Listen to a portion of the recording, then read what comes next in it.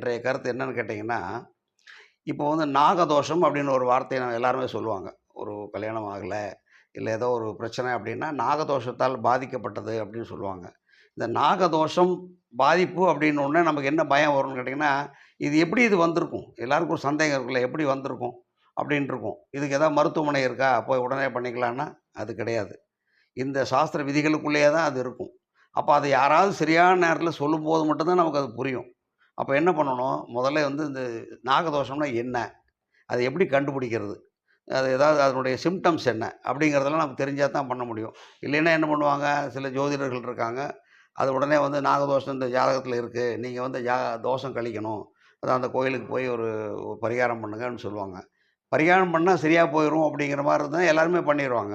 ஆனா பரிகாரம் பண்ணுனாலும் திருப்பி அடுத்த ஜாதகம் கொண்டு போய் பார்த்தீங்கன்னா, இன்னும் இருக்குன்னு தான் சொல்லுவாங்க. அது பரிகாரம் பண்ணி முடிஞ்சாச்சு அப்படிங்கிறதுக்கு எந்த ரெக்கார்டும் அதில இருக்காது.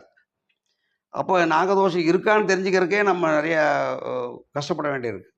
அப்ப என்ன பண்ணணும்னா, முதல்ல நான் வந்து இது என்ன தெரிஞ்சுக்கணும்னா, நாகதோஷம் இருக்குதுங்கிறத எப்படி கண்டுபிடிக்கிறது? இப்ப யாரோ ஒருத்தருக்கு வந்து இப்ப நீங்க வந்து உங்களுக்கு தலையில முடி இல்ல அப்படின்னா, டக்குன்னு சொல்லிடலாங்க. சொட்டையா இருந்தா தலையில முடி இல்லன்னு சொல்லிடலாம். அந்த அடையாளம் இருக்குல்ல. இப்ப நாகதோஷத்துக்கு அடையாளம் ஏதாவது வேணும்ல. ஏதாவது அடையாளம் இருந்தா தான் தோஷம் இருக்குன்னு சொல்ல முடியும். பாதிக்கப்பட்டிருந்தா சொல்லணும் இல்லையா? இப்ப ஒரு வெள்ளையா இருக்கிற ஒரு ஸ்க்ரீன்ல அழுக்கு இருந்தா அதில புள்ளி இருக்குன்னு சொல்லிறணும்ல. இது எப்படி கண்டுபிடிக்கிறது அப்படின்னு ஒரு கேள்வி வரும்போது தான், அந்த சாஸ்திர விதியில என்ன சொல்லியிருக்காங்க அப்படின்னா, இப்போ உதாரணத்துக்கு பார்த்தீங்களா, இப்ப இந்த அ நாகதோஷத்தால பாதிக்கப்பட்டவங்க எப்படி இருப்பாங்க அப்படின்னு முதல்ல தெரிஞ்சுக்குவோம். அப்போ வந்து உண்மையாவே நாகதோஷம் இருக்கா? இல்ல பொய் சொல்றாங்களான்னு நம்ம கண்டுபிடிச்சிடலாம். உதாரணத்துக்கு உடல்ல எல்லாமே ஒரே மாரி இருக்கும். எல்லா மாற்றங்களும் இருக்காது. ஆனால் அவர்களுக்குள் சில மாற்றங்கள் இருக்கும். நாகதோஷத்தால் பாதிக்கப்பட்டவர்கள் சில மாற்றங்கள் இருக்கும். முதல்ல வந்து அவங்க எப்படி பிறந்திருப்பாங்க அப்படின்னா, இந்த ஆங்கில தேதி எடுத்துங்களேன்.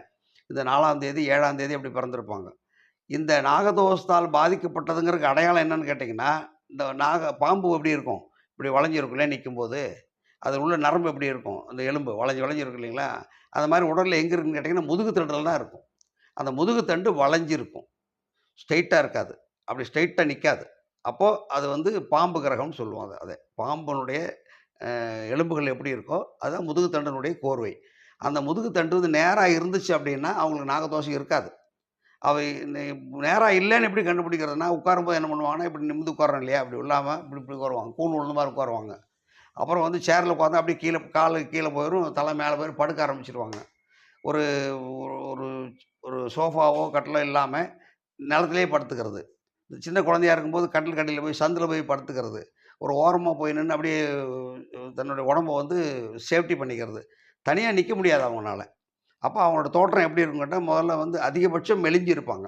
மெலிஞ்சு இருக்கும்போது உணவை மென்று திங்க முடியாது. நல்லா தெரிஞ்சுங்க. மென்னு சாப்பிட மாட்டாங்க. லிக்விடா குடுத்தீங்கன்னா சாப்பிட்டுக்குவாங்க. அப்போ அந்த திரவமா சாப்பிடுறது எல்லாமே வந்து பாம்பு கிரகம். அந்த திரவமா சாப்பிடுற எல்லாமே பாம்பு கிரகம். அத வந்து மென்னு திங்கிற காலம் வந்து அதுக்கு எலும்பு வந்து ஸ்ட்ராங் ஆகி, அந்த முதுகு தண்டுடைய எலும்பு வந்து திடமானதுக்கு பிறகு, இந்த எலும்பு இருக்கு இல்லையா? அது நான் எப்பவுமே அந்த எலும்பு வந்து பல் பற்கள் இருக்கக்கூடிய அந்த எலும்பு வந்து, அப்படி மென்னு சாப்பிடக்கூடிய வயசு வந்து ஒரு 7 வயசுக்கு அப்புறம் தான். அந்த மாரி 7 வயசுக்குள்ளேயே அதுக்கு நாகதோஷம் இருக்கான்னு கண்டுபிடிச்சிடலாம். அது ஏன் தோஷம்னு சொல்றோம் அப்படின்னா, ஏன் இந்த மாரி வந்தது? கேள்வி கேட்போம்ல. எங்க அப்பா வந்து நல்லா தான் இருந்தாரு. அவருக்கு தோஷம் இல்ல. அம்மா தோஷம் இல்ல. மாமனார், மாமியாருக்கு தோஷம் இல்ல. யாருக்கும் இல்ல. இந்த குழந்தை மட்டும் ஏன் அந்த 7ஆம் தேதியில பிறக்குது? இல்ல இந்த மாரி ஒரு நாகதோஷத்துல இருக்குதுன்னு ஒரு சந்தேகம் வரணும்ல. அப்படி சந்தேகம் வரும்போது நமக்கு ஒரு ஒரு ஒரு ஒரு கேள்வி இருக்கும். அதாவது வந்து இப்ப அப்பா வந்து ஒரு ஒரு ரூ. 10,00,00,000 சொத்து வச்சுட்டு போறாருன்னு வச்சுக்கங்களேன். அந்த சொத்த வந்து நம்ம அனுபவிப்போம்.